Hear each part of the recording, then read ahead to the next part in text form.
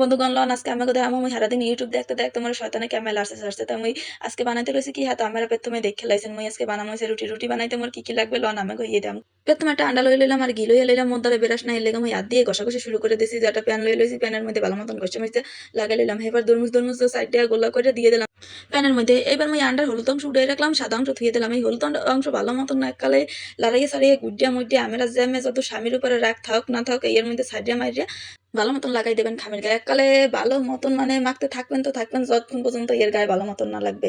এরপরে গ্যাসের উপর দিয়ে গ্যাসটা আস্তে অন করে দিয়ে এককালে নিবু জলে দিয়ে দেবেন আর ঢাকনা এককালে ভালো মতন রেখে দেবেন কোনো ফাঁক ফুটে যাতে না থাকে।